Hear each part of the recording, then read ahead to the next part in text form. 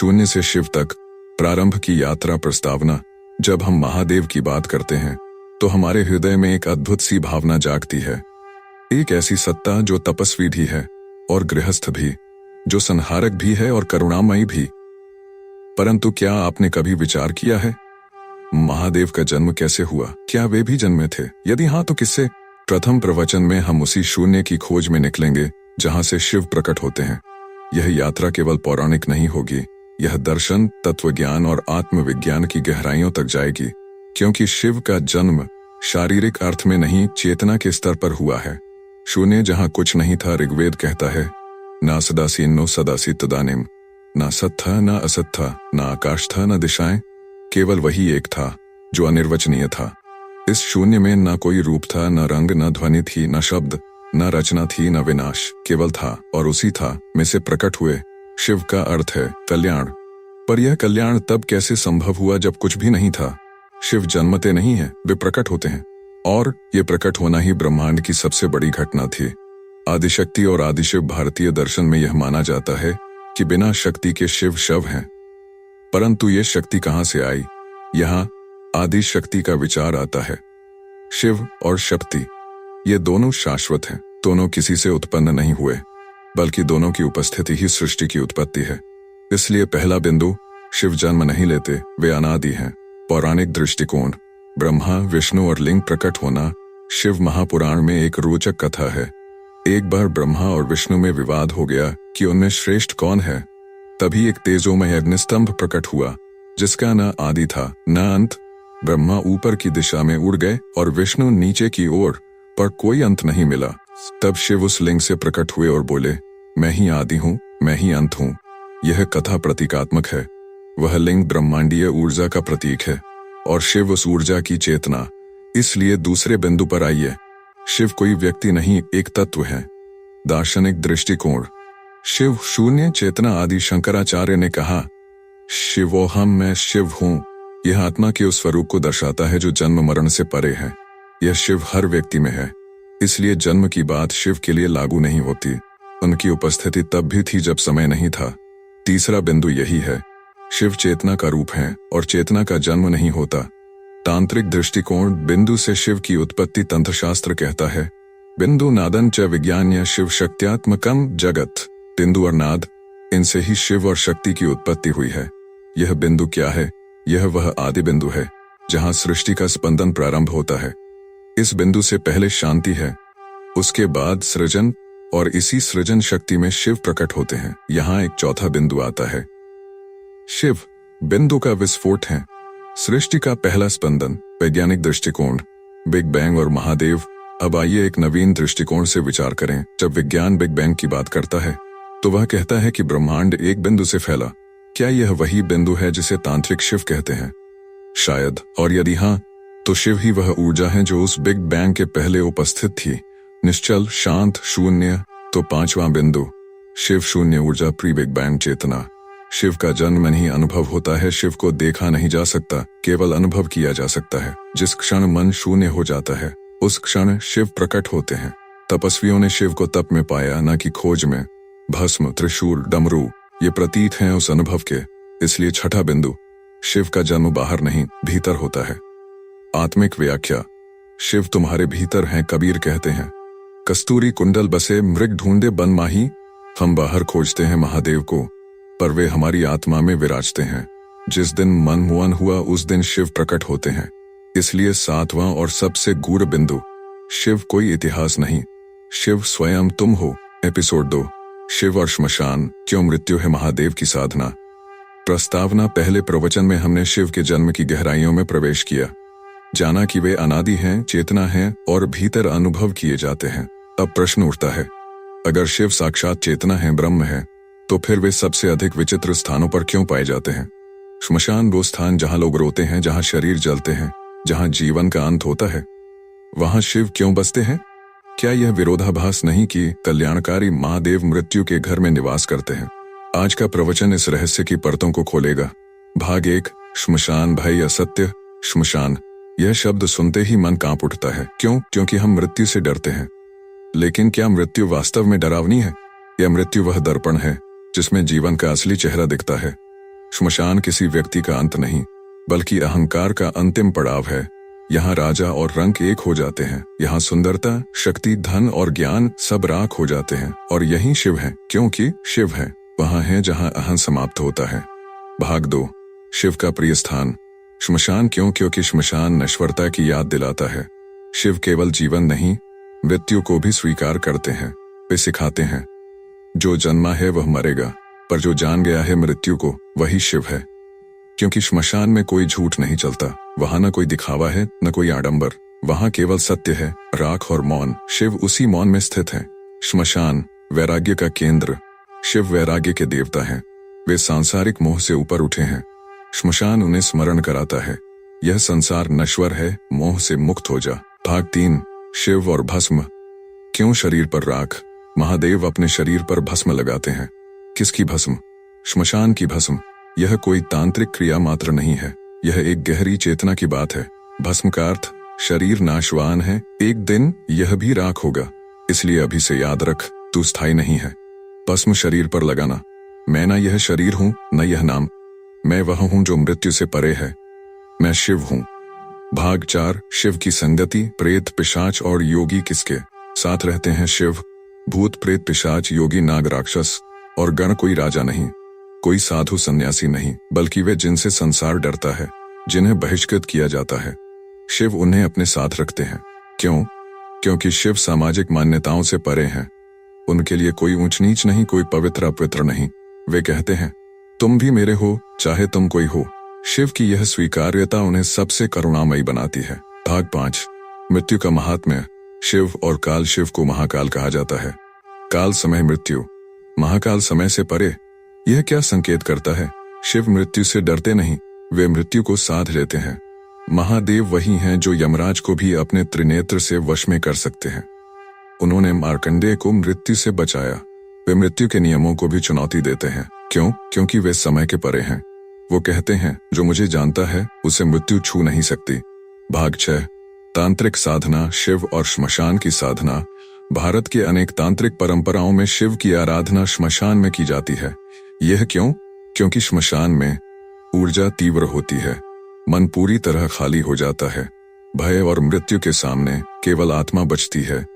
तंत्र कहता है, जो श्मशान में बैठकर शिव का स्मरण कर सके वही सच्चा साधक है। श्मशान साधना, अपने डर से मुक्ति। शिव वहां बैठाते हैं जहां हम सबसे अधिक डरते हैं, ताकि हम डर से आजाद हो जाएं। भाग 7, मन का श्मशान। अंतर्मन में शिव। अब एक गहरी बात, श्मशान केवल बाहर नहीं होता, श्मशान हमारे भीतर भी है। टूटे हुए सपनों का श्मशान, अधूरी इच्छाओं का श्मशान, पछतावे, ग्लानि, दुखों का श्मशान। जहां जहां जीवन बुझता है वहां मन में एक श्मशान बनता है, और यदि उस श्मशान में कोई बैठ सकता है तो वह शिव है। जब हम अंदर खाली होते हैं तब शिव प्रकट होते हैं। भाग 8, शिव और मौन। श्मशान मौन है, कोई शोर नहीं, कोई हंसी नहीं, केवल मौन। और शिव उसी मौन के देवता है।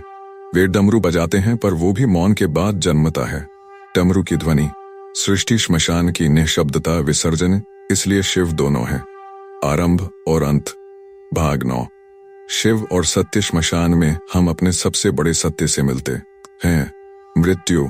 और शिव उसी सत्य के अधिष्ठाता हैं। जो जन्मा है वह मरेगा, जो मरा नहीं वह शिव है। इसलिए शिव मृत्यु नहीं, अमरता के प्रतीक हैं। भाग 10, उपसंहार। मृत्यु से मित्रता। इस प्रवचन का सार यही है, श्मशान वह स्थान है जहां सब बराबर होते हैं। शिव वहां बसते हैं, क्योंकि वहां कोई झूठ नहीं। वे मृत्यु से नहीं डरते, उसे स्वीकारते हैं। वे हमें सिखाते हैं, मृत्यु को जानो तभी जीवन को समझोगे। शिव मृत्यु के देवता नहीं, मृत्यु के पार के देवता नहीं, मृत्यु के पार के देवता हैं। एपिसोड 3, अघोरी कौन? शिव का विकराल रूप या आत्मा की पूर्ण मुक्ति। प्रस्तावना। अब तक हमने जाना कि शिव का कोई आरंभ नहीं, कोई जन्म नहीं, वे चेतना है, शून्य में स्थित। फिर हमने देखा कि शिव श्मशान में क्यों निवास करते हैं, क्योंकि वही सत्य है, वही अंत है और वही मोक्ष की राह है। परंतु अब एक और गूढ़ रहस्य सामने आता है, अघोरी शिव। हम में से अधिकतर लोग अघोरी शब्द सुनते ही कांप उठते हैं। कल्पना करते हैं अधजली लाश के पास बैठे एक सन्यासी की, हाथ में खोपड़ी, शरीर पर भस्म, बाल बिखरे, आंखें जलती हुई। क्या यही है अघोरी? और क्या यही है शिव? या फिर इन सब के पीछे छिपा है वह परम ज्ञान जो जीवन और मृत्यु दोनों से परे है। आज के प्रवचन में हम अघोरी शिव की गहराइयों तक उतरेंगे। भाग 1। अघोरी शब्द का अर्थ। अघोरी शब्द 3 भागों में विभाजित किया जा सकता है। असुर नहीं, घोर भयंकर, या जो है अर्थात जो भयंकर नहीं है, जिसमें कोई द्वैत नहीं, कोई भय नहीं, विरोधाभास है ना, जो सबसे अधिक डरावने दिखते हैं वही वास्तव में सबसे अधिक निर्भय और शांत होते हैं। शिव का अघोरी स्वरूप भयंकर नहीं बल्कि सबसे करुणामयी है। भाग 2। शिव। प्रथम, अघोरी शिव स्वयं अघोरी हैं। क्यों? वे भस्म लेते हैं, वे श्मशान में निवास करते हैं, वे भूत, प्रेत, नागों, राक्षसों के साथ रहते हैं, वे खोपड़ी धारण करते हैं, वे विकट रूप में तांडव करते हैं। परंतु यह सब दिखावे के लिए नहीं है, यह सब प्रतीक हैं भीतर की उस यात्रा के जो अज्ञान से ज्ञान तक जाती है। शिव अघोरी हैं क्योंकि उन्होंने सब कुछ स्वीकार लिया है। वे कहते हैं न कुछ पवित्र है न अपवित्र, सब मेरे हैं। भाग 3। अघोरी की 3 अवस्थाएं। स्मरण, आत्मज्ञान की तैयारी, जब साधक संसार से हटकर अपने भीतर उतरने का प्रयास करता है। स्वीकृति, अघोरीता का आरंभ, जब साधक भय को देखता है, मृत्यु को छूता है और कहता है तू भी मेरा ही रूप है। समर्पण, शिव में विलय, जब मैं का अंत हो जाता है और केवल वह बचता है। यह अवस्था वही है जहां शिव अघोरी बनते हैं। पूर्ण समर्पण, पूर्ण मुक्ति। भाग 4। अघोरी और समाज। विरोध क्यों? समाज उन लोगों से डरता है जो उसकी सीमाओं को तोड़ते हैं। अघोरी न पहनते हैं सामाजिक वस्त्र, न मानते हैं नियम, न डरते हैं मृत्यु से, न आकांक्षा रखते हैं जीवन की। वे समाज के लिए असामान्य है। पर शिव कहते हैं जो सामान्य है वो भी सीमित है, और जो सीमित है वह मोक्ष का मार्ग नहीं। इसलिए अघोरी समाज से नहीं, आत्मा से जुड़े होते हैं। भाग 5। शव साधना। शिव और मृत शरीर अघोरी शव पर साधना करते हैं। क्या यह विकृति है? नहीं, यह गहरे प्रतीक का संकेत है। शव वह शरीर जिसमें चेतना नहीं, साधना। चेतना का जागरण जब अघोरी शव पर बैठता है तो वह शरीर नहीं देखता, वह उस सत्य को देखता है कि यह भी मैं नहीं हूं। इस साधना में भय समाप्त होता है, मोह टूटता है और अंततः आत्मा स्वतंत्र हो जाती है। यह मुक्ति का मार्ग है, शिव के पथ का चरम। भाग 6। अघोरी और पंचमकार। तांत्रिक मार्ग में 5 तत्वों की साधना होती है। मद्य, शराब, मांस, मत्स्य, मुद्रा, मैथुन। इनका बाह्य अर्थ नहीं लेना चाहिए।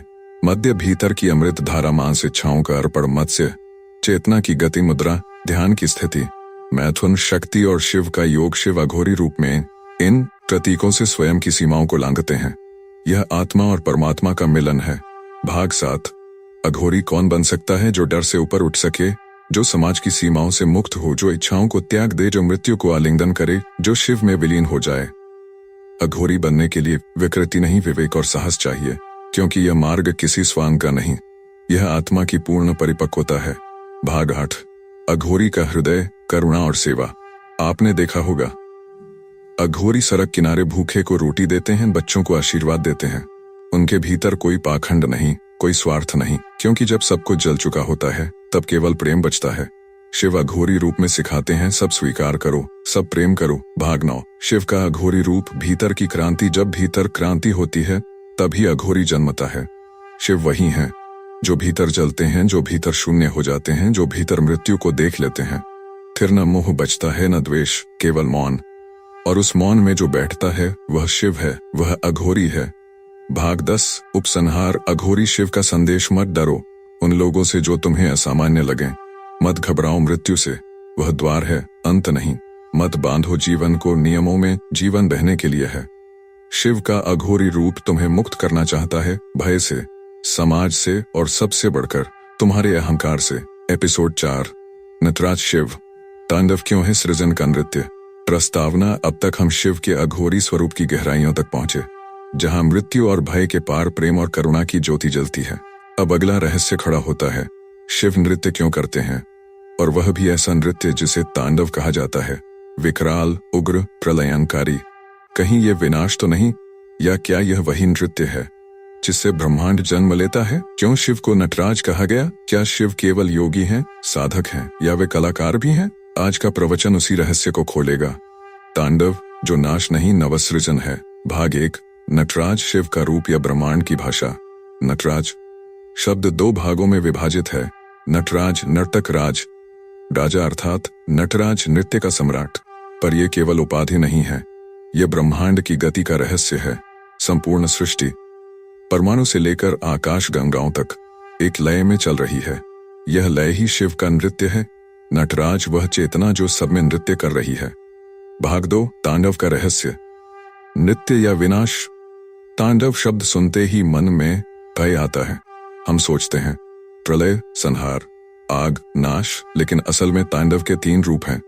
अवतार तांडव, जब शिव किसी विशेष उद्देश्य से नृत्य करते हैं। संहार तांडव, जब पुरानी संरचनाएं टूटती हैं। आनंद तांडव, जब शिव पूर्ण आनंद में लीन होकर ब्रह्मानंद का नृत्य करते हैं। शिव का तांडव न केवल नाश है, बल्कि यह नाश नई सृष्टि के लिए होता है। तांडव कहता है पुराना टूटेगा तभी नया बनेगा। भाग 3, नटराज की मूर्ति। प्रतीकों की भाषा। हम सभी ने नटराज की अद्भुत मूर्ति देखी है, पर क्या हम उसके प्रतीकों को समझते हैं? शिव का नृत्य मुद्रा, लय और गति का संकेत, अग्नि का गोला प्रभामंडल, ब्रह्मांडीय ऊर्जा दाएं हाथ में डमरू, सृष्टि का आरंभ, ध्वनि का उद्गम, बाएं हाथ में अग्नि, संहार की शक्ति, एक हाथ अभय मुद्रा में, डरो मत मैं हूं एक पैर, राक्षस अपस्मार पर, अज्ञान का दमन, दूसरा पैर ऊपर उठा, मुक्ति का मार्ग। यह कोई मूर्ति नहीं, यह संपूर्ण सृष्टि का विज्ञान है। भाग 4, डमरू और ध्वनि। ब्रह्मांड का पहला स्पंदन शिव के हाथ में जो डमरू है, वह केवल वाद्य नहीं, वह ओंकार का जन्मदाता है। तांडव के समय जब शिव डमरू बजाते हैं, तब ध्वनि जन्म लेती है, शब्द जन्म लेते हैं। संस्कृत व्याकरण की 14 महाशब्दियां, महेश्वर सूत्र प्रकट होती हैं।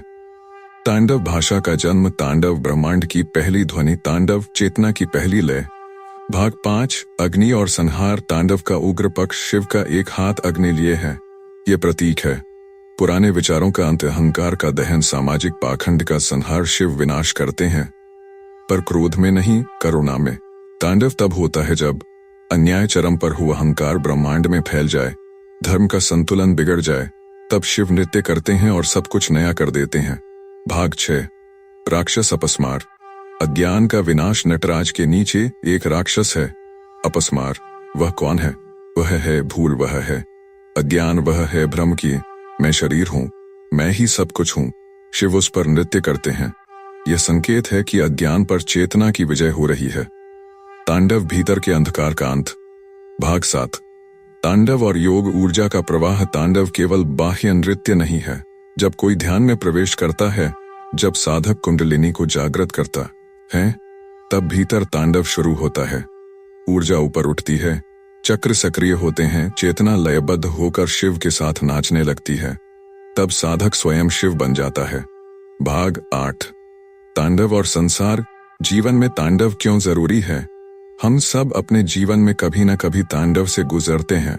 रिश्ते टूटते हैं, कार्यस्थल छूटता है, स्वास्थ्य बिगड़ता है, कोई प्रिय छिन जाता है, और हम कहते हैं सब कुछ टूट गया, परंतु बाद में पता चलता है वही टूटना जरूरी था ताकि नया जन्म ले सके। शिव का तांडव यही सिखाता है। नाश से मत डरो, वह तुम्हें नया बना रहा है। भाग 9, शिव नर्तक और तपस्वी दोनों। शिव जितने गंभीर हैं, उतने ही लय में हैं। एक और ध्यानमग्न, दूसरी ओर तांडव में लीन सिखाते हैं। तुम्हारा जीवन भी संतुलन हो, भीतर मौन, बाहर गति।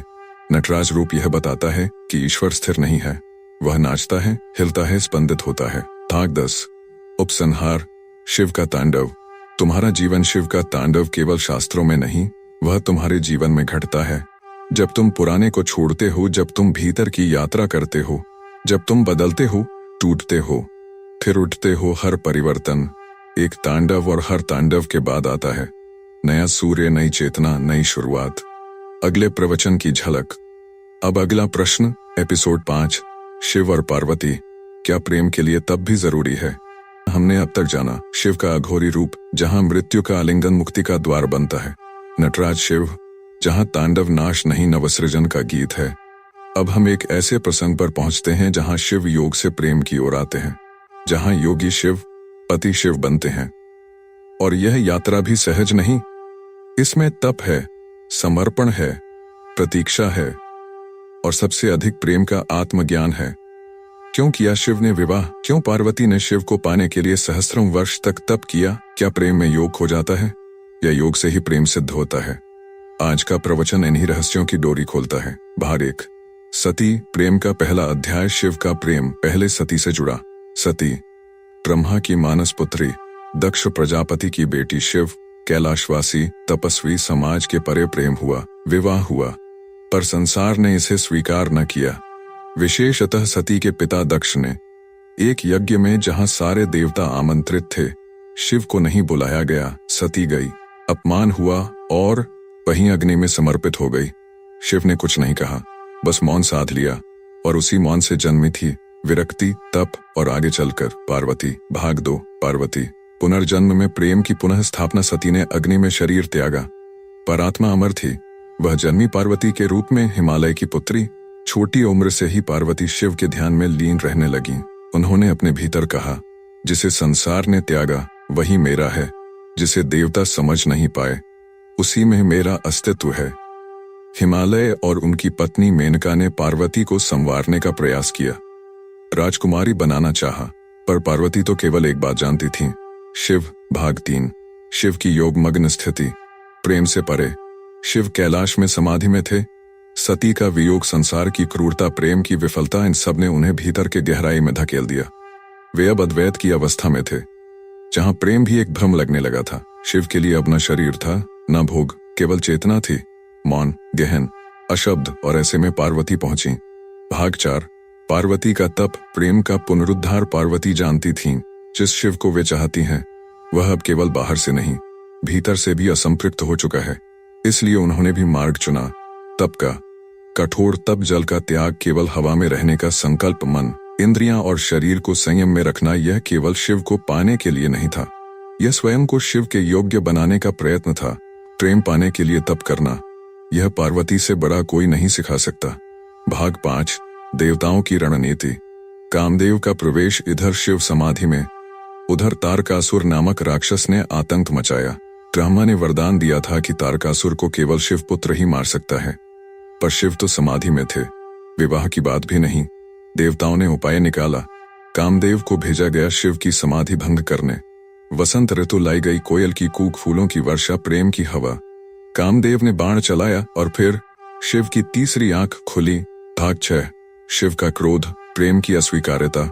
तीसरी आंख खुलते ही अग्नि की ज्वाला फूट पड़ी। कामदेव भस्म, प्रेम की सारी आभा राख। शिव बोले, प्रेम मेरी इच्छा से नहीं, मेरी चेतना से होगा, और जब होगा तब से ही होगा। यहां शिव स्पष्ट करते हैं कि प्रेम का भावुकता से कोई संबंध नहीं। प्रेम बुद्धि, विवेक और तपस्या से निकलने वाली अग्नि है। भाग 7। शिव की स्वीकृति, पार्वती की परीक्षा। शिव ने पार्वती के तप को देखा, उनके शरीर को तेजस्वी देखा, मन को स्थिर, चेतना को जागृत। फिर वे ब्राह्मण का रूप लेकर परीक्षा लेने पहुंचे। उन्होंने पूछा, तुम क्यों उस योगी को चाहती हो जो श्मशान में रहता है, जिसके गले में सर्प हैं और शरीर पर भस्म? पार्वती ने उत्तर दिया, क्योंकि वही सत्य है, वही प्रेम है, जो कुछ भी नहीं है फिर भी सब कुछ है। शिव मुस्कुराए, प्रेम को सत्य रूप में पहचान लेने वाली आत्मा को शिव कैसे इनकार करते। भाग 8। विवाह। आत्मा का आत्मा से मिलन। शिव और पार्वती का विवाह केवल पौराणिक घटना नहीं, यह है शिव चेतना शक्ति, ऊर्जा। जब चेतना और ऊर्जा मिलते हैं तभी संपूर्णता आती है। यही योग है, यही तत्व ज्ञान। विवाह में हिमालय ने कन्यादान किया, सप्त ऋषियों ने वेद पढ़े, सारे देवता उपस्थित रहे। यह कोई वैवाहिक रस्म नहीं, यह ब्रह्मांडीय युग्म का मिलन था। भाग 9। शिव पार्वती का प्रेम, जीवन का संतुलन। विवाह के बाद शिव फिर से श्मशान नहीं लौटे, वे गृहस्थ बने। यह संकेत है, योगी भी प्रेम में उतर सकता है, तपस्वी भी संसार स्वीकार कर सकता है। शिव पार्वती के साथ लीलाएं करते हैं, संवाद करते हैं, हंसते हैं, रूठते हैं, नृत्य करते हैं। यह प्रेम है, जहां स्वतंत्रता भी है, समर्पण भी। भाग 10। उपसंहार। प्रेम और तप का अद्वैत। शिव और पार्वती की कथा यह नहीं कहती कि प्रेम पाना कठिन है, यह कहती है प्रेम पाने के लिए तुम्हें बदलना होगा। प्रेम केवल चाहने से नहीं, योग्यता से मिलता है। प्रेम में समर्पण चाहिए, तप चाहिए, धैर्य चाहिए। शिव कहते हैं, अगर प्रेम शिव जैसा गहरा हो और तप पार्वती जैसा अडिग हो, तो मिलन ब्रह्मांड का केंद्र बन जाता है। अगले प्रवचन की झलक। अब अगली कथा, शिव और कार्तिकेय, पिता और पुत्र के बीच का गूढ़ संवाद। कार्तिकेय कौन थे और क्यों शिव ने उन्हें युद्ध का देवता बनने दिया? शिव और पार्वती, क्यों शिव ने तप किया विवाह के लिए? क्या शिव काम के विरोधी थे? एपिसोड 6। शिव और कार्तिकेय, पिता पुत्र और युद्ध के पार, एक संवाद। प्रस्तावना अब तक की कथा हमें शिव के गहराते स्वरूपों में ले आई है। अघोरी, नटराज, योगी, प्रेमी और फिर पति। अब हम एक और आयाम में प्रवेश करते हैं, शिव एक पिता के रूप में। पर यह कोई साधारण पितृत्व नहीं, यह वह संवाद है जहां पिता शिव हैं, मौन रहस्यपूर्ण पुत्र कार्तिकेय है। योद्धा, तेजस्वी, जिज्ञासु दोनों के बीच एक मौन बहता है जिसमें शक्ति भी है, शिक्षा भी। आज का प्रवचन शिव और उनके पुत्र कार्तिकेय के उस रिश्ते को खोलता है जहां युद्ध के पार एक गहरी शिक्षा है, धर्म, संकल्प और त्याग की। भाग 1। तारकासुर का आतंक। युद्ध का कारण। सृष्टि में एक दैत्य था। तारकासुर ब्रह्मा से वरदान पाया, उसे केवल शिव का पुत्र ही मार सकता है। तब तक शिव समाधि में लीन थे, सती त्याग चुकी थीं। देवता चिंतित थे, यही कारण बना पार्वती का तप, शिव का विवाह और फिर कार्तिकेय का जन्म। युद्ध ही उस प्रेम का कारण बना। भाग 2। जन्म नहीं, प्रकट होना। कार्तिकेय की अद्भुत उत्पत्ति। कार्तिकेय का जन्म सामान्य नहीं था। शिव का तेज अग्नि के माध्यम से गंगा में पहुंचा, फिर 6 कृतिका माताओं ने उन्हें पाला, इसलिए नाम पड़ा कुमार, षडानन, स्कंद, मुरुगन, षणमुख, कार्तिकेय। उन्होंने 6 माओं से दूध पिया, पर पिता के पास नहीं रहे। शिव ने उन्हें दूर रखा। क्यों? शिव जानते थे यह पुत्र केवल स्नेह से नहीं, संकल्प से जन्मा है। वह एक मिशन है, केवल संबंध नहीं। भाग 3। बाल्यकाल से ही युद्ध का अभ्यास। कार्तिकेय को शस्त्र विद्या में निपुण बनाया गया। ब्रह्मास्त्र, दिव्यास्त्र की दीक्षा दी गई। ध्यान, तप और नेतृत्व का प्रशिक्षण मिला। वे बालक नहीं रहे, एक बालक योद्धा बन गए। पर शिव कभी सिखाते नहीं दिखे, वे बस दूर से देखते रहे। यह शिक्षा मौन की थी, यह पितृत्व अनुशासन की पराकाष्ठा थी। भाग 4। पहली जिज्ञासा। आपने मुझे क्यों छोड़ा? युद्ध से पहले कार्तिकेय ने पहली बार शिव से पूछा, मैं आपका पुत्र हूं, फिर आपने मुझे अपने पास क्यों नहीं रखा? मैं भी तो आपके साथ बैठ सकता था, ध्यान कर सकता था। शिव मुस्कुराए और बोले, जो युद्ध के लिए जन्मा है उसे जीवन पहले समझना होता है, और जीवन वही समझता है जो अकेला चलता है। यह उत्तर कठोर था पर सटीक। शिव एक पिता हैं जो दुलार नहीं बल देना चाहते हैं। भाग 5। तारकासुर का वध। बाहरी युद्ध की समाप्ति। जब कार्तिकेय पूर्णतः तैयार हुए, उन्होंने तारकासुर का संहार किया। युद्ध कई दिनों तक चला। तारकासुर की मायावी शक्तियां, दैत्य सेना का बल, भ्रम और छल पर कार्तिकेय अडिग रहे। उन्होंने एकाग्रता, संयम और साहस से विजय पाई। तारकासुर अंत में बोले, मैं जानता था केवल शिव का पुत्र ही मुझे मार सकता है, अब मैं मुक्त हूं। यह केवल एक वध नहीं, एक आत्मा की मुक्ति भी थी। भाग 6। युद्ध के बाद मौन। कार्तिकेय की व्यथा। जब युद्ध समाप्त हुआ, कार्तिकेय वापस शिव के पास आए, पर अब उनके मन में प्रश्न था, अब जब मैंने कार्य पूर्ण कर दिया, क्या मैं पुत्र बन सकता हूं? शिव ने फिर मौन साधा। कार्तिकेय ने समझा, मैं पुत्र हूं, पर मुझे पिता की गोद नहीं मिलेगी, क्योंकि मैं जिस उद्देश्य से जन्मा वह स्नेह नहीं, संकल्प था। भाग 7। सबसे कठिन संवाद। पुत्र का विराग। कार्तिकेय ने निर्णय लिया, मैं हिमालय की गुफाओं में जाऊंगा, तप करूंगा, ध्यान करूंगा और इस जीवन का शेष अर्थ खोजूंगा। शिव मौन रहे, पर पार्वती विचलित हो उठी। उन्होंने शिव से कहा, तुम्हारा पुत्र तुम्हें छोड़कर जा रहा है, क्या यह तुम्हारे पितृत्व की पूर्णता है? शिव ने उत्तर दिया, अगर पुत्र मुझसे ऊपर जा सके तो वही मेरा सच्चा उत्तराधिकारी है। भाग 8। कार्तिकेय। दक्षिण दिशा के स्वामी कार्तिकेय ने दक्षिण भारत में अपना आश्रय लिया। पहाड़ों में तप, ऋषियों को शिक्षाएं, योग और विज्ञान का विस्तार। तमिल संस्कृति में मुरुगन के रूप में पूज्य। उन्होंने मां के प्रेम को स्वीकारा, पर पिता के मौन को भी अपनाया। पिता ने उन्हें युद्ध सिखाया, मां ने उन्हें प्रेम, और उन्होंने दोनों को एक कर दिया। भाग 9। शिव और कार्तिकेय का अंतिम संवाद। वर्षों बाद शिव स्वयं कार्तिकेय के पास आए। कार्तिकेय ने पूछा, पिता, क्या आप मुझे प्रेम नहीं करते थे? शिव बोले, प्रेम केवल आलिंगन नहीं होता, प्रेम का सर्वोच्च रूप है तुम्हें स्वाधीन करना। अगर मैं तुम्हें अपने पास रखता तो तुम केवल मेरा पुत्र बनकर रह जाते। अब तुम स्वयं में ईश्वर बन चुके हो। यह उत्तर हर पिता और पुत्र के संबंध को एक नई दृष्टि देता है। भाग 10। उपसंहार। पितृत्व की परिभाषा। शिव और कार्तिकेय की कथा केवल देवपुत्र की नहीं, यह हर पिता और बेटे की यात्रा है। प्रेम के बीच अनुशासन, स्नेह के भीतर मौन, स्वतंत्रता के पीछे त्याग। शिव सिखाते हैं, अपने बच्चों को इतना मुक्त करो कि वे स्वयं शिव बन सकें। और कार्तिकेय सिखाते हैं, अगर पिता मौन हो तो उनका उत्तर तुम्हारे भीतर ही गूंजता है। अगले प्रवचन की झलक। अब अगली कथा में हम प्रवेश करेंगे शिव और गणेश, अहंकार और बुद्धि का रहस्य। गणेश का जन्म, उनका सिर काटना और फिर हाथी का सिर लगाना, क्या है इसके पीछे का गूढ़ अर्थ? एपिसोड 7, शिव और गणेश, अहंकार का वध, बुद्धि का उदय। प्रस्तावना। अब तक शिव को हमने अघोरी देखा, तांडव करते नटराज देखा, तपस्वी और गृहस्थ रूप में, पिता के रूप में भी, जहां वे अपने पुत्र कार्तिकेय को स्वतंत्रता देते हैं। अब हम पहुंचते हैं एक और गहरे और संभवतः सबसे जटिल पिता पुत्र संबंध पर, शिव और गणेश। यह वह कथा है जहां पुत्र का जन्म मां की माटी से होता है, पिता उसे नहीं पहचानते और सिर काट देते हैं, फिर वही पुत्र बुद्धि का देवता बनता है। इस कथा में केवल पारिवारिक भावनाएं नहीं हैं, यहाँ छिपा है अहंकार और आज्ञा का संघर्ष, मूल चेतना और चेतावनी का युद्ध, और फिर साक्षात्कार जो हमारे भीतर के गणेश को जन्म देता है। भाग 1, पार्वती की इच्छा। स्वयं से जन्मा पुत्र पार्वती एकांत चाहती थी, स्नान के समय पहरेदारी के लिए, पर शिव का गण उनका आदेश मानता था, पार्वती का नहीं। तब उन्होंने अपने शरीर की उबटन से एक बालक को गढ़ा, उसमें प्राण फूंके और कहा, तुम मेरे पुत्र हो और तुम्हारा धर्म है मेरी आज्ञा का पालन। इस बालक ने कभी शिव को देखा नहीं था। पार्वती का यह कार्य केवल मातृत्व नहीं, यह स्वतंत्र इच्छा की स्थापना थी, एक स्त्री का आत्मनिर्णय। भाग 2, गणेश की पहरेदारी। टकराव की शुरुआत। शिव लौटे, गणेश ने द्वार पर रोका। शिव बोले, मैं उसका पति हूं, मुझे कौन रोक सकता है? गणेश बोले, आप कोई भी हो, मेरी मां का आदेश सर्वोपरि है। यह संवाद केवल पिता पुत्र का नहीं, यह नए बनाम पुराने नियमों की टक्कर है। शिव पुरातन शक्ति, स्थापित चेतना, गणेश नवजागरण, स्वतंत्र विचार। यह टकराव अपरिहार्य था। भाग 3, युद्ध और वध। जब चेतना क्रोधित हो उठती है, शिव ने पहले समझाया, फिर गुस्सा किया, फिर युद्ध किया। गणेश अकेले, इंद्र, कार्तिकेय, विष्णु सब पर भारी पड़े। शिव ने क्रोध में तीसरी आंख खोली और सिर काट दिया। मौन छा गया। यह सिर केवल शरीर का नहीं था, यह अहंकार का सिर था।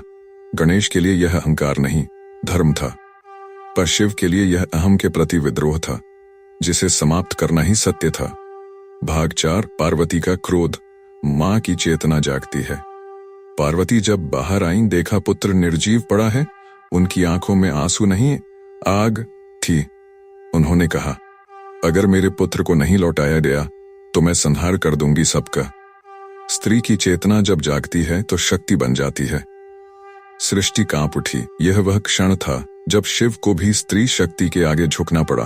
भाग 5, हाथी का सिर। प्रतीक का उदय। शिव ने अपने गणों से कहा, उत्तर दिशा में जो जीव मिल जाए उसका सिर लाओ। उत्तर दिशा, ज्ञान और समाधान की दिशा। मिले एक हाथी का सिर। हाथी धीमा लेकिन स्थिर, बलवान लेकिन शांत, विशाल लेकिन विनम्र। गणेश का सिर जुड़ा, वे जीवित हुए। अब वह केवल पुत्र नहीं रहे, वह बन गए बुद्धि, विवेक, स्थिरता और धैर्य के प्रतीक। भाग 6, गणेश प्रथम पूज्य क्यों? शिव ने सभी देवताओं से कहा, अब से हर पूजा से पहले गणेश का नाम लिया जाएगा। जो इन्हें नहीं मानेगा उसकी यात्रा अधूरी रहेगी। क्यों? क्योंकि गणेश जीवन की शुरुआत है। हमारी हर योजना को बुद्धि चाहिए, हर संघर्ष में विवेक और हर प्रयास में धैर्य। गणेश ही हर आरंभ के पहले देवता बन गए। भाग 7, गणेश और शिव मौन मिलन। कई वर्षों बाद गणेश और शिव एकांत में मिले। गणेश ने पूछा, पिता पिता आपने मेरा सिर क्यों काटा? शिव बोले, तुम्हारा सिर वह था जो केवल मां के आदेश को जानता था, पर संसार के संतुलन को नहीं। मैंने तुम्हारे भीतर से अहंकार को हटाया और ज्ञान का सिर स्थापित किया। गणेश मौन हो गए। यह मौन स्वीकृति का था, यह सत्ता से साक्षात्कार का क्षण था। भाग 8, गणेश का स्वरूप। गूढ़ प्रतीक। गणेश के रूप में जो कुछ दिखता है वह केवल आकार नहीं, अर्थ है। बड़ा मस्तक, सोचने की क्षमता, छोटा मुंह, कम बोलना, बड़े कान, अधिक सुनना, छोटी आंखें, गहराई से देखना, टूटी हुई सूंड, त्याग की निशानी, मूषक वाहन, इच्छाओं पर नियंत्रण। हर अंग उपदेश है, हर प्रतीक चेतावनी है। भाग 9, शिव की शिक्षा। मैंने तुम्हें समाप्त नहीं किया, मैंने तुम्हें पुनः जन्म दिया। शिव ने अंत में कहा, गणेश तुम मेरे पुत्र नहीं हो, तुम मेरी बुद्धि हो। मैं नहीं चाहता कि तुम केवल प्रेम से जियो, मैं चाहता हूं तुम बुद्धि से प्रेम करो। यह वह शिक्षा है जो शिव हमें भी देना चाहते हैं। केवल श्रद्धा से नहीं, जागरूकता से पूजा करो, भावना से नहीं, बुद्धि से जियो। भाग 10, उपसंहार। भीतर का गणेश जागृत करना। शिव और गणेश की यह कथा हमें सिखाती है, हमारे भीतर भी एक गणेश है, जिद्दी पर मासूम एक शिव भी है, जो भीतर के अहंकार को तोड़ना चाहता है, एक पार्वती भी है, जो प्रेम और सुरक्षा देना चाहती है। जब ये तीनों एक हो जाते हैं तब भीतर शिवत्व प्रकट होता है। गणेश सिर कटने से नहीं मरे, वो अहंकार से मुक्त होकर अमर हो गए, और यही शिव की सबसे बड़ी कृपा है। अगले प्रवचन की झलक। अब अगली कथा में हम उतरेंगे शिव और काल, मृत्यु के ऊपर खड़े एकांत योगी की दृष्टि। शिव मृत्यु से क्यों नहीं डरते, वे काल को क्यों नाचते हुए जीत लेते हैं। एपिसोड 8, शिव और काल, मृत्यु पर नाचता हुआ योगी। प्रस्तावना। अब तक हम शिव को प्रेम में, युद्ध में, मौन में और ज्ञान में देखा। अब हम उस रहस्य में प्रवेश करते हैं जहां शिव केवल जीवन नहीं, मृत्यु के पार खड़े दिखते हैं। जहां सब कुछ खत्म हो जाए वहां से शिव शुरू होते हैं। जहां मृत्यु डराती है वहां शिव तांडव करते हैं। जहां समय थम जाता है वहां शिव मुस्कुराते हैं। यह कथा है काल और महाकाल की। यहाँ शिव केवल ईश्वर नहीं, मृत्यु को नकारने वाला सत्य है। भाग 1। काल क्या है। काल समय जो चलता है, जो सब कुछ बदलता है, जो जन्म देता है और फिर सबको निगल जाता है। हर धर्म, हर दर्शन मृत्यु के भय को मानता है। किसी के लिए मृत्यु अंत है, किसी के लिए प्रारंभ, पर एकमात्र शिव हैं जो कहते हैं मृत्यु न भयावह है, न दिव्य, वह केवल परिवर्तन है।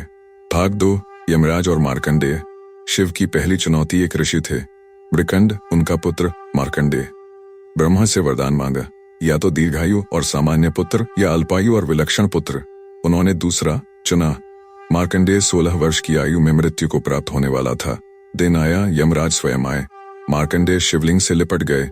काल ने पकड़ने को फंदा फेंका, शिव प्रकट हुए, त्रिशूल उठाया और यमराज को रोका। भाग 3। यम का पराजय। जब शिव ने काल को रोका, शिव बोले, जो मेरा भक्त है उसे तुम नहीं छू सकते। शिव ने यमराज को चेताया, हर जीवन की डोर केवल समय नहीं खींच सकता, कभी कभी प्रेम, भक्ति और सत्य उसे रोक सकते हैं। यमराज झुक गए। मार्कंडेय अमर नहीं हुए, पर उनकी मृत्यु स्थगित हो गई। यह पहली बार था जब शिव ने काल को नियंत्रित किया। भाग 4। महाकाल की उत्पत्ति। उज्जैन की कथा। उज्जैन, जहां शिव का महाकाल रूप प्रकट हुआ। एक बार राक्षसों ने तपस्वियों पर आक्रमण किया। उन्होंने शिव की आराधना की। शिव प्रकट हुए, आग की ज्वाला से कपाल लिए हुए, भस्म लिपटे त्रिनेत्र में अंगारे लिए। उन्होंने कहा, मैं केवल समय नहीं, मैं समय का अंत हूं, मैं महाकाल हूं। राक्षस भस्म हो गए। तब से उज्जैन मृत्यु से परे अमरता का धाम बन गया। भाग 5। शिव की समाधि और काल मौन का बल। शिव मृत्यु से नहीं लड़ते, वे उसे स्वीकारते हैं। जब वे ध्यान में बैठते हैं, सांस बंद, गति शून्य, चेतना गहरी, उस समय मृत्यु पास आकर भी लौट जाती है। क्यों? क्योंकि ध्यान में जाने वाला काल से भी बाहर चला जाता है। शिव यह सिखाते हैं, जो भीतर उतर जाए वह मृत्यु से मुक्त हो जाता है। भाग 6। नटराज का तांडव नृत्य और मृत्यु का रहस्य। शिव का तांडव नृत्य। जब सृष्टि का अंत होता है, शिव नृत्य करते हैं। उस नृत्य में सृष्टि जलती है, ब्रह्मा सो जाते हैं, विष्णु मौन हो जाते हैं और मृत्यु भी डरती है। नटराज के रूप में एक पैर उठाए हैं, गति का संकेत, दूसरा बौने को दबाए हुए। अज्ञान का प्रतीक अग्नि और डमरू।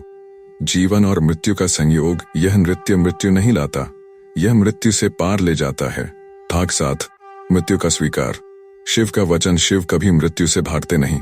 वे कहते हैं, जो जन्मा है वह मरेगा, पर जो जाग गया वह मृत्यु से परे हो जाता है। इसलिए शिव को श्मशानवासी कहते हैं। वे मृतकों के साथ रहते हैं क्योंकि उन्हें मृत्यु से भय नहीं। वे भूतनाथ हैं क्योंकि भूत, भविष्य, वर्तमान तीनों से परे हैं। भाग 8। शिव और श्मशान। मौन की पाठशाला। श्मशान भूमि, जहां कोई झूठ नहीं चलता। वहां राजा भी निर्वस्त्र होता है, अमीर भी राख में मिल जाता है और ज्ञानी भी मौन हो जाता है। शिव वहीं रहते हैं। क्यों? क्योंकि वहां अहंकार नहीं टिकता। श्मशान शिव की पाठशाला है, जहां हर आत्मा जानती है, मैं शाश्वत नहीं, पर शिव से जुड़ जाऊं तो हो सकता हूं। भाग 9। मृत्यु और मुक्ति। शिव का मार्ग। शिव केवल मृत्यु से रक्षा नहीं करते, वे मृत्यु के पार ले जाते हैं। वो कहते हैं, मृत्यु के पहले मर जाओ।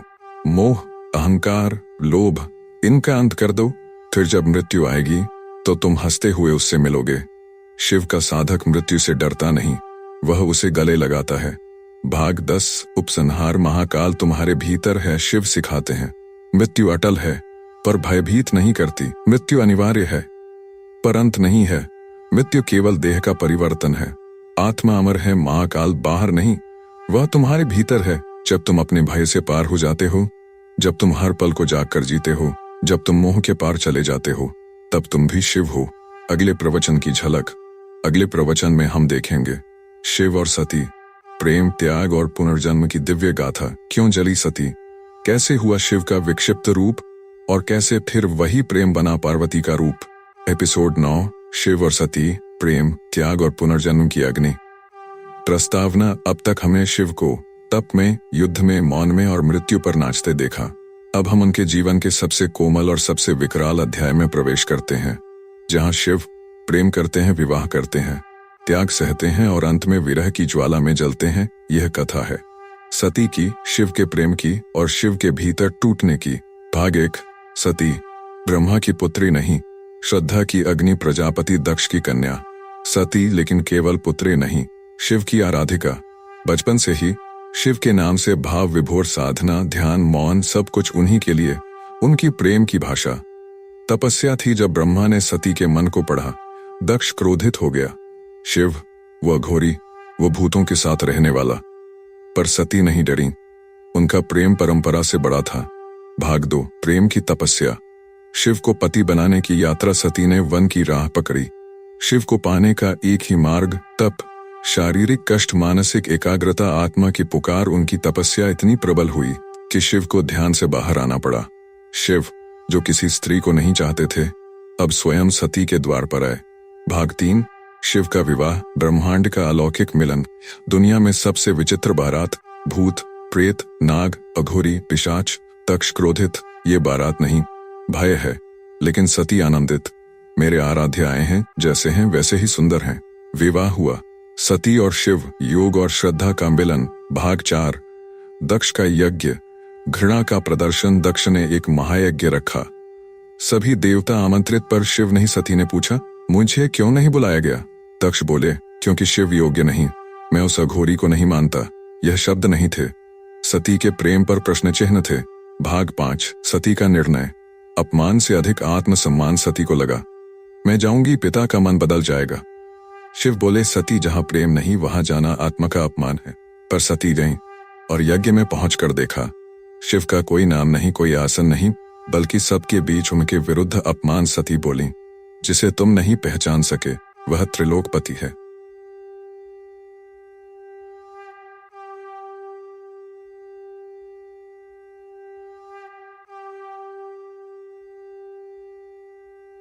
उनके वचन कोई नहीं समझा।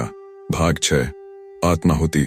प्रेम की अंतिम अभिव्यक्ति। सती ने अंतिम प्रण लिया, जहां मेरा शिव नहीं वहां मैं नहीं। उन्होंने यज्ञ की अग्नि में स्वयं को समर्पित कर दिया। प्रेम की यह आहुति थी श्रद्धा का शुद्धतम रूप। आकाश कांप उठा, देवता मौन, यज्ञ अधूरा, सृष्टि डगमगाई। भाग 7। शिव का क्रोध। वीरभद्र का प्राकट्य। शिव को समाचार मिला। आंखें लाल, केश बिखरे, गला कांपता। उन्होंने त्रिशूल उठाया नहीं, उन्होंने वीरभद्र को जन्म दिया। वीरभद्र, शिव का विकराल रूप, जो सती के अपमान का उत्तर देने आया। यज्ञ में पहुंचा, दक्ष का सिर काट डाला, यज्ञ भस्म हो गया। भाग 8। मौन और विरह। शिव का विक्षिप्त एकांत। शिव ने सती का जला हुआ शरीर उठाया, पूरे ब्रह्मांड में घूमते रहे, रोते रहे, चुप रहे, फिर भी बोले नहीं। यह शिव नृत्य नहीं कर रहे, यह शिव जले हुए प्रेम में समाधिस्थ हैं। विष्णु ने सुदर्शन चक्र से शरीर के अंग काटे, जहां जहां गिरे वहां शक्तिपीठ बने। भाग 9। सती का पुनर्जन्म। पार्वती के रूप में सती ने प्रतिज्ञा ली, मैं फिर जन्म लूंगी और शिव को फिर पाऊंगी। उन्होंने हिमवान और मैना की पुत्री बन जन्म लिया। पार्वती, और यह जन्म केवल शरीर का नहीं, यह आत्मा का पुनरागमन था। शिव उस समय ध्यानस्थ थे, कई युगों से मौन में। अब पार्वती का तप फिर से शिव को जगाने का यज्ञ बना। भाग 10। उपसंहार। प्रेम जो भस्म से भी पुनर्जन्म पाता है। शिव और सती की कथा हमें सिखाती है, प्रेम में तपस्या होनी चाहिए। प्रेम अपमान को सहन नहीं करता, प्रेम त्याग के बिना अधूरा है, और प्रेम जब पूर्ण होता है तो मृत्यु भी उसे रोक नहीं सकती। सती मरी नहीं थी, वो शिव की भस्म में घुल रही थी और वहीं से पार्वती बनकर पुनः खड़ी हुई। अगले प्रवचन की झलक। अब हम आगे बढ़ेंगे उस गाथा की ओर जहां पार्वती का पुनः शिव को पाना, तप, परीक्षा और विवाह की दूसरी यात्रा। एपिसोड 10। पार्वती का तप, पुनर्जन्म में शिव को पाने की साधना। प्रस्तावना। अब कथा वहां आ पहुंची है जहां सती की आत्मा ने फिर जन्म लिया है, पार्वती के रूप में। पर क्या शिव प्रेम करेंगे? क्या टूटे हुए शिव फिर जुड़ेंगे? क्या भस्म में समाई सती फिर फूल बनकर खिलेगी? इस अध्याय में हम देखेंगे पुनर्जन्म, तपस्या, त्याग और वह अग्नि जिसमें आत्मा शिव से मिलती है। भाग 1। हिमालय की कन्या पार्वती का जन्म हिमवान और मैना, पर्वतराज और उनकी धर्मपत्नी पुत्री जन्मी। नेत्रों में तेज, मन में मौन, नाम रखा गया। पार्वती बचपन से ही शिव की मूर्ति के समक्ष ध्यान, अन्न न लेना, शिव के नाम पर उपवास, आंखों में एक ही लक्ष्य, मेरे पति शिव होंगे। पिता ने समझाया, वह योगी है, वह वैरागी है, विवाह नहीं करेगा। पर पार्वती हंसकर कहती, मैं भी योगिनी हूँ, मैं भी तपस्विनी हूँ, मुझे उससे मिलाने कोई नहीं रोक सकता। भाग 2। शिव की स्थिति। श्मशान में मौन। शिव अब भी भस्म रमा रहे थे। विरह की आग अब राख बन गई थी। सती के जलने के बाद कोई शब्द नहीं, कोई प्रेम नहीं, कोई प्रेम नहीं, केवल समाधि। पार्वती उन्हें देखती, पर वे केवल ध्यानस्थ योगी थे। एक दिन उन्होंने उनके चरणों में फूल चढ़ाए। शिव बोले नहीं। पार्वती ने प्रण लिया, अब मैं केवल तप करूंगी, और जब मेरा तप पूर्ण होगा शिव को स्वयं आना होगा। भाग 3। तप की शुरुआत। आत्मा की अग्नि। पार्वती पर्वत पर गईं। वहां उन्होंने शुरू किया महातप। वर्षों तक केवल फल खाए, फिर केवल पत्ते, फिर केवल वायु, फिर वायु भी छोड़ दी। शरीर क्षीण, चेहरा शांत, मन प्रज्वलित। उनकी तपस्या ने स्वर्ग तक को कंपित कर दिया। देवता घबरा गए। यदि शिव और पार्वती एक हो गए तो शक्ति और शिव का संग ब्रह्मांड को हिला देगा। भाग 4। कामदेव की परीक्षा। शिव को जागाना। देवता बोले, शिव समाधि में है, पार्वती तप कर रही हैं, पर शिव जागें कैसे? उन्होंने कामदेव को भेजा। कामदेव ने पुष्प बाण छोड़ा। शिव की आंखें खुलीं। शिव क्रोधित हुए। त्रिनेत्र खुला। कामदेव जलकर भस्म। देवता कांप उठे, पर पार्वती शांत रही। मैंने तप किया, किसी बाण का सहारा नहीं लिया। शिव मेरी तपस्या के उत्तर में ही आएंगे। भाग 5। शिव की परीक्षा। भिक्षुक के रूप में मिलन। शिव ने पार्वती की परीक्षा ली। एक दिन वे साधु का रूप धारण कराए। बोले, हे कन्या, तुम किसे पाने का प्रयास कर रही हो? वह तो अघोरी है, शव के साथ बैठता है, कोई लोकाचार नहीं। पार्वती ने उत्तर दिया, जिसे तू अघोरी कहता है वही मेरा आत्मा स्वरूप है, और यदि तू मेरा विश्वास तोड़ना चाहता है तो तू शिव नहीं हो सकता। शिव मुस्कुराए। परीक्षा पूर्ण हुई। भाग 6। विवाह की तैयारी। दूसरा मिलन। अब देवता आनंदित, ऋषि मुनि गंधर्व अप्सराएं, सब ने उत्सव मनाया। पर शिव की बारात। फिर वही दृश्य, भूत पिशाच नाग तांडव करते हुए, भस्म लिपटे शिव त्रिशूल और डमरू के संग नृत्य। मैना माता कांप उठी। क्या यह मेरा दामाद है? पार्वती हंसी। हाँ माँ, यही है मेरे शिव। भाग 7। शिव पार्वती विवाह। सृष्टि का संतुलन। विवाह हुआ। अग्नि के 7 फेरे, ऋषियों के मंत्र, हिमालय के आंचल में देवताओं की उपस्थिति। यह केवल विवाह नहीं था, शक्ति और शिव का मिलन था।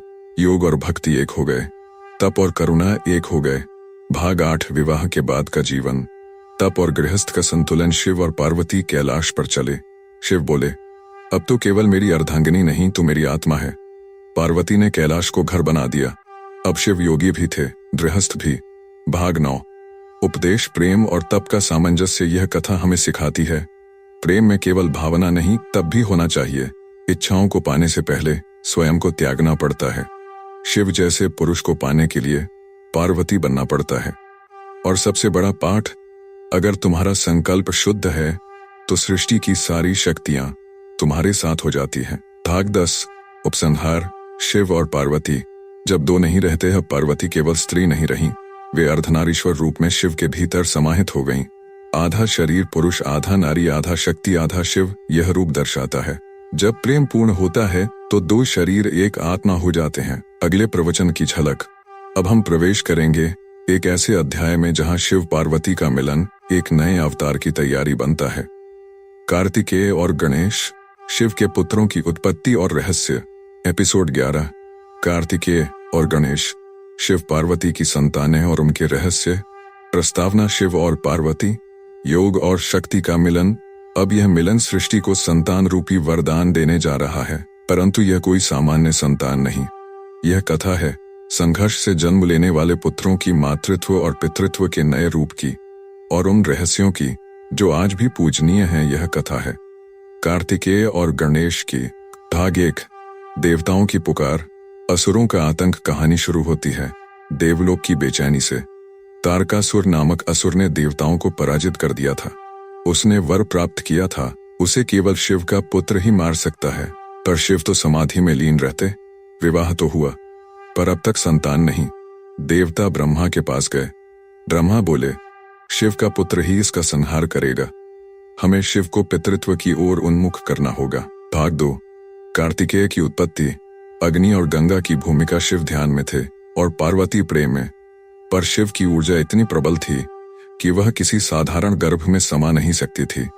पार्वती ने शिव से प्रणय किया, पर उस तेज को वह धारण नहीं कर सकी। उस तेज को अग्नि ने धारण किया और फिर वह अग्नि गंगा को सौंप दी गई। गंगा ने उस तेज को 6 जलकणों में परिवर्तित किया और वहीं से जन्म हुआ 6 मस्तकों वाले षण्मुख सेनापति स्कंद कार्तिकेय का। भाग 3। कार्तिकेय की शिक्षा, तप और युद्ध। कार्तिकेय को 6 कृतिकाओं ने पाला, इसलिए उन्हें कार्तिकेय कहा गया। वे बचपन से ही अत्यंत बुद्धिमान तपस्वी, युद्ध कला में निपुण। उनका अस्त्र शक्तियों की सवारी, मोर उनकी दृष्टि। तारकासुर का अंत। भाग 4। तारकासुर वध। शिव की ऊर्जा का न्याय। जब कार्तिकेय युवा हुए, देवताओं ने उन्हें सेनापति बनाया। उन्होंने तारकासुर से युद्ध किया। घोर युद्ध।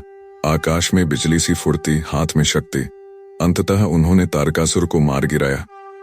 पिता की ऊर्जा ने पुत्र के माध्यम से अधर्म का अंत किया। देवता हर्षित, शिव मौन। पार्वती आशीर्वादमयी। भाग 5। पार्वती की ममता। एक और संतान की अभिलाषा पार्वती को लगा। कार्तिकेय की उत्पत्ति तो शिव की ऊर्जा से हुई, मेरी ममता कहाँ है इसमें। उन्होंने स्वयं एक बालक रचा, मिट्टी और उपटन से, उनकी सांसों से, उनकी शक्ति से, और उसमें प्राण डाले। नाम रखा गणेश। भाग 6। गणेश का जन्म। मातृभक्ति का स्वरूप गणेश पार्वती के रक्षक बने। एक दिन पार्वती स्नान कर रही थीं। गणेश द्वार पर खड़े हुए। शिव आए, पर गणेश ने उन्हें रोका। शिव बोले, मैं कैलाशपति हूं। गणेश बोले, मेरे लिए केवल मेरी मां ही सर्वोपरि है, बिना अनुमति कोई प्रवेश नहीं कर सकता। शिव क्रोधित हुए, त्रिशूल उठा और गणेश का मस्तक काट दिया। भाग 7। पार्वती का शोक, शिव का पश्चाताप। जब पार्वती बाहर आई और देखा उनका पुत्र मृत पड़ा है, उन्होंने तांडव किया। पूरा ब्रह्मांड हिल गया। यदि मेरे पुत्र को जीवन नहीं मिला तो मैं सृष्टि को ही नष्ट कर दूंगी। शिव ने अपनी गलती मानी। भाग 8। हाथी का मस्तक, पुनर्जन्म और शुभता। शिव ने आज्ञा दी, उत्तर दिशा में जो भी जीव सबसे पहले मिले उसका मस्तक लाओ। एक हाथी का सिर लाया गया। शिव ने उसे गणेश के धड़ पर स्थापित किया। गणेश जीवित हुए। शिव ने आशीर्वाद दिया, तू प्रथम पूज्य होगा, हर आराधना तेरे नाम से प्रारंभ होगी। भाग 9। भाई भाई का संवाद। ज्ञान और वीरता का संतुलन। कार्तिकेय और गणेश। एक युद्ध का नायक, एक बुद्धि का देवता। एक दिन विवाद हुआ, कौन माता पिता का अधिक भक्त है। शिव बोले, जो तीनों लोकों की परिक्रमा करके पहले लौटेगा वही विजयी। कार्तिकेय निकले। मोर पर तीनों लोकों की यात्रा। गणेश ने माता पिता के चारों ओर घूम लिया। बोले, आप ही मेरे लिए तीनों लोक हैं। शिव पार्वती मुस्कुराए। गणेश विजयी। भाग 10। उपसंहार। शिव की संतानें। सृष्टि की शक्तियां। अब शिव के 2 पुत्र थे। कार्तिकेय वीरता शक्ति युद्ध का प्रतीक, गणेश बुद्धि प्रेम और आरंभ का प्रतीक। एक पिता के 2 पक्ष, एक मां के 2 नेत्र, और दोनों मिलकर सिखाते हैं, केवल बल या केवल बुद्धि नहीं, संतुलन ही जीवन है। अगला प्रवचन झलक। अब हम चलेंगे एक और गहरे रहस्य की ओर, जहां शिव को सिखाना होगा मृत्यु को भी परास्त करना। शिव और मृत्यु, सती की अग्नि से लेकर मृत्युंजय बनने तक की यात्रा। एपिसोड 12। शिव और मृत्यु, सती की अग्नि से मृत्युंजय बनने तक की यात्रा। प्रस्तावना, यह कथा केवल जीवन की नहीं है, यह मृत्यु की भी है। जहां एक ओर शिव सृजन करता है, वहीं दूसरी ओर वे मृत्यु के अधिपति भी हैं। यह कहानी है उस शिव की जो स्वयं काल को भी निगल जाए। यह अध्याय बताएगा सती की अग्नि से शिव के भीतर मृत्यु का बोध, काल की प्रकृति को समझने का मार्ग, और अंततः मृत्यु से परे जाने का रहस्य, महामृत्युंजय बनना। भाग 1। सती का वियोग। मृत्यु से पहला साक्षात्कार। सती की मृत्यु शिव के जीवन का पहला गहन शोक थी, जिसे उन्होंने केवल मौन से स्वीकारा। सती जल गई थीं, पर शिव के भीतर कुछ और भी मर गया था, विश्वास, प्रेम और सहजता। शिव तब श्मशानवासी बन गए। उन्होंने सती के शव को अपने कंधों पर उठाया, नृत्य करने लगे। तांडव, ब्रह्मांड कांपने लगा। देवताओं को भय हुआ, यदि शिव को न रोका गया तो यह तांडव प्रलय बन जाएगा। विष्णु ने अपने सुदर्शन से सती के अंगों को खंडित किया। वो अंग जहां जहां गिरे वहां शक्तिपीठ बने। भाग 2, मृत्यु की पहचान, शिव का मौन। संवाद। उस दिन के बाद शिव ने मृत्यु को समझना प्रारंभ किया। वे सोचने लगे, क्या मृत्यु वास्तव में अंत है या यह एक नई शुरुआत का द्वार? वे समाधि में गए और वहां उन्होंने 3 तथ्य पाए। शरीर नश्वर है, प्रेम शाश्वत है, परमात्मा मृत्यु के पार है। भाग 3, यमराज से भेंट। जब शिव ने मृत्यु को ललकारा, एक दिन शिव को ज्ञात हुआ कि एक भक्त नरकंडू ऋषि का पुत्र मार्कंडेय अपनी मृत्यु की घड़ी में है। उसने शिव से प्रार्थना की थी। यमराज उसे लेने आए। मार्कंडेय ने शिवलिंग को पकड़ लिया। जैसे ही यम ने उसका प्राण लेना चाहा, शिव प्रकट हुए त्रिशूल उठाकर। यह मेरा भक्त है, इसकी मृत्यु तुम नहीं ले सकते। उन्होंने यमराज पर त्रिशूल चला दिया। यम मृत हो गए। भाग 4, मृत्यु का संतुलन। ब्रह्मा का हस्तक्षेप। ब्रह्मा बोले, प्रभु, मृत्यु का नाश मत करो, मृत्यु का होना आवश्यक है। यदि यम न हुए तो जीवन रुक जाएगा। शिव शांत हुए। उन्होंने यम को पुनः जीवित किया पर कहा, मेरे भक्तों को मृत्यु का भय नहीं रहेगा। उसी क्षण शिव कहलाए मृत्युंजय, जो मृत्यु पर विजय पा चुके हैं। भाग 5, महामृत्युंजय मंत्र। अमृत्यु की ध्वनि शिव ने स्वयं से उत्पन्न किया। एक दिव्य मंत्र, ओम त्र्यंबकं यजामहे सुगंधे पुष्टिवर्धनम उर्वारुकमिव बंधनान् मृत्युर्मुक्षीयमामृतात्। यह मंत्र मृत्यु से मुक्ति का द्वार है। इसका उच्चारण आत्मा को शांत करता है, जीवन की सूक्ष्म ऊर्जा को जागृत करता है और मृत्यु को केवल एक परिवर्तन बना देता है। भाग 6, भस्म। मृत्यु का श्रृंगार। शिव भस्म क्यों लगाते हैं? क्योंकि भस्म उन्हें याद दिलाती है, सब कुछ नश्वर है, देह नष्ट हो जाएगी, अहंकार, सौंदर्य, यश सब राख बनेंगे। शिव जब भस्म लगाते हैं तो वे मृत्यु को अंगीकार करते हैं। वे मृत्यु को भय नहीं, श्रृंगार बना देते हैं। भाग 7, शव और शिव। अंतर क्या है? शव और शिव सिर्फ एक आय का अंतर है। जब चेतना नहीं होती वह शव है, जब चेतना पूर्ण होती है वह शिव है। शिव सिखाते हैं, मृत्यु वह है जहां चेतना सो जाती है और शिव वह है जहां चेतना जागती है। भाग 8, सत्य का साक्षात्कार। पार्वती और शिव का संवाद। पार्वती ने शिव से पूछा, प्रभु, आप मृत्यु को क्यों इतना सहज मानते हैं? शिव बोले, क्योंकि मृत्यु ही जीवन की गहराई है। जो मृत्यु को नहीं समझा वह जीवन को कभी नहीं समझ सकेगा। भाग 9, जीवन और मृत्यु का चक्र। शिव का दृष्टिकोण। शिव ने पार्वती को एक रहस्य बताया। जब जीव जन्म लेता है वह एक आकांक्षा से बंधता है।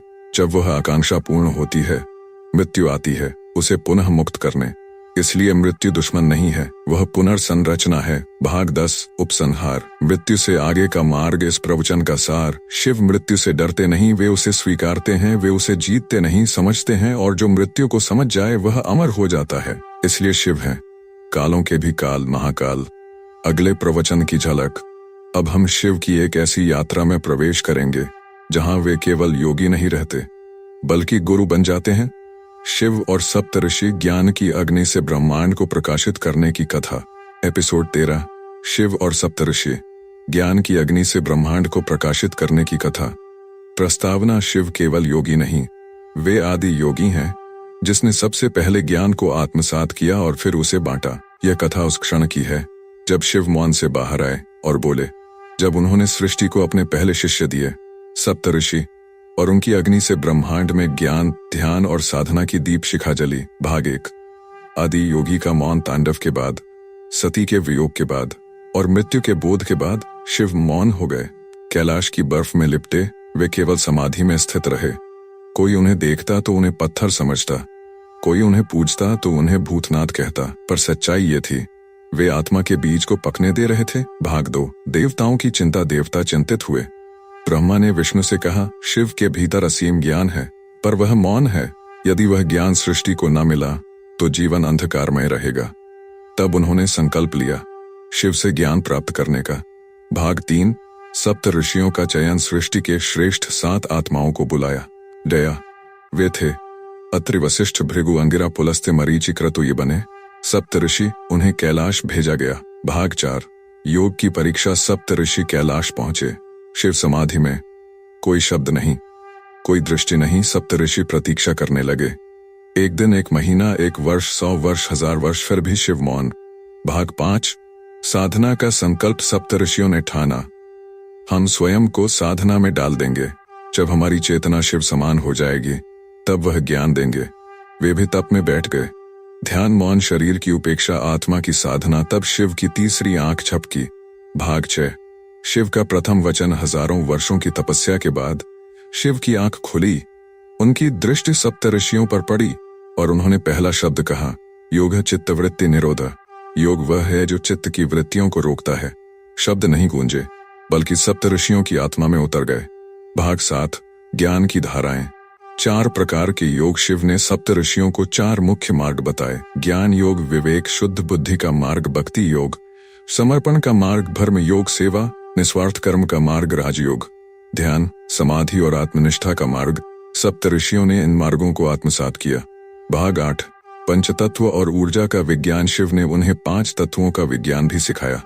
पृथ्वी स्थिरता, जल प्रवाह, अग्नि रूपांतरण, वायु गति, आकाश शून्यता, और बताया जो इन तत्वों को साध ले वह आत्मा को जान सकता है। भाग 9। सप्तऋषियों की यात्रा। अब सप्तऋषि तैयार थे ज्ञान को फैलाने। वे 7 अलग अलग दिशाओं में निकल गए।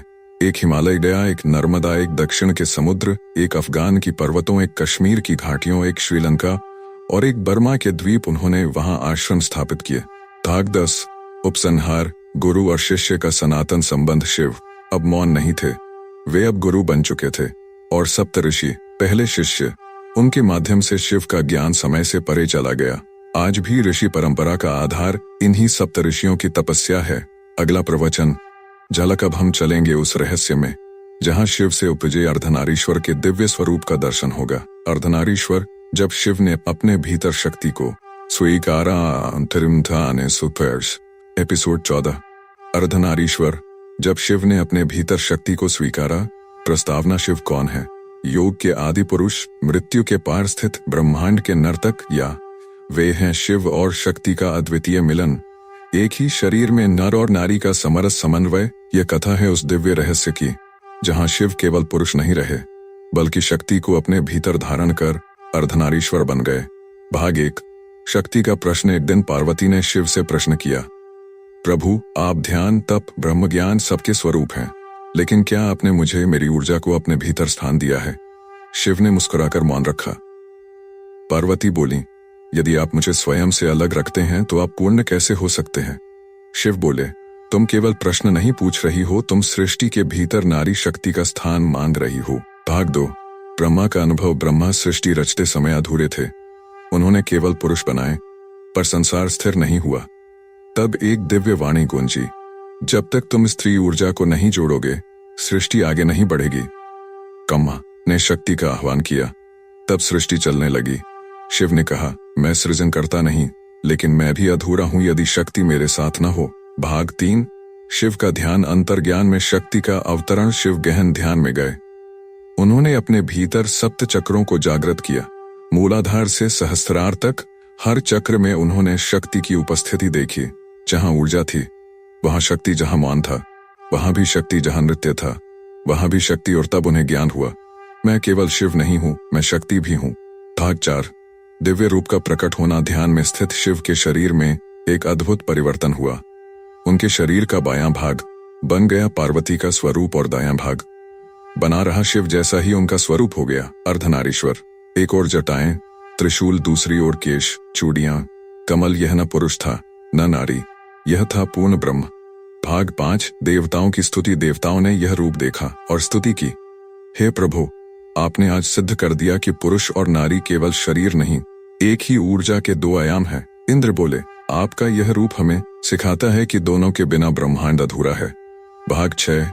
मानव जीवन में अर्धनारीश्वर का प्रतीक। शिव ने कहा, प्रत्येक मानव के भीतर नर और नारी दोनों के गुण होते हैं।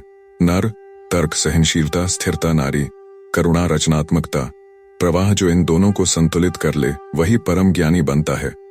भाग 7। शक्ति की स्वीकृति। परंपरा से आगे शिव ने समाज को संदेश दिया, शक्ति को केवल पूजा मत बनाओ, उसे जीवन में स्वीकृति दो। नारी केवल देह नहीं, वह सृजन की चेतना है, उसे दबाकर नहीं, समाहित करके ही कोई भी पूर्ण हो सकता है। भाग 8। अर्धनारीश्वर और योग। योग का शाब्दिक अर्थ है योजन मिलन अर्धनारीश्वर योग का साक्षात स्वरूप है। इडा चंद्रनाड़ी स्त्रैण ऊर्जा, पिंगला स्वरनाड़ी पुरुष ऊर्जा, दोनों जब संतुलित हों तब सुषुम्ना नाड़ी जागृत होती है, तब आत्मा शिव समान हो जाती है। भाग 9 शक्ति और स्वतंत्रता। पार्वती ने शिव से कहा, आपने मुझे शरीर में स्थान दिया, अब मुझे विचार में भी स्थान दे। शिव बोले, शक्ति को शरीर में समाहित करना पहला कदम है, पर उसे स्वतंत्रता देना सच्चा संतुलन है। इसलिए शिव नारी को ना तो पीछे रखते हैं और न ही आगे, बल्कि साथ में चलते हैं। भाग 10 उपसंहार। पूर्णता की परिभाषा अर्धनारीश्वर हमें सिखाते हैं।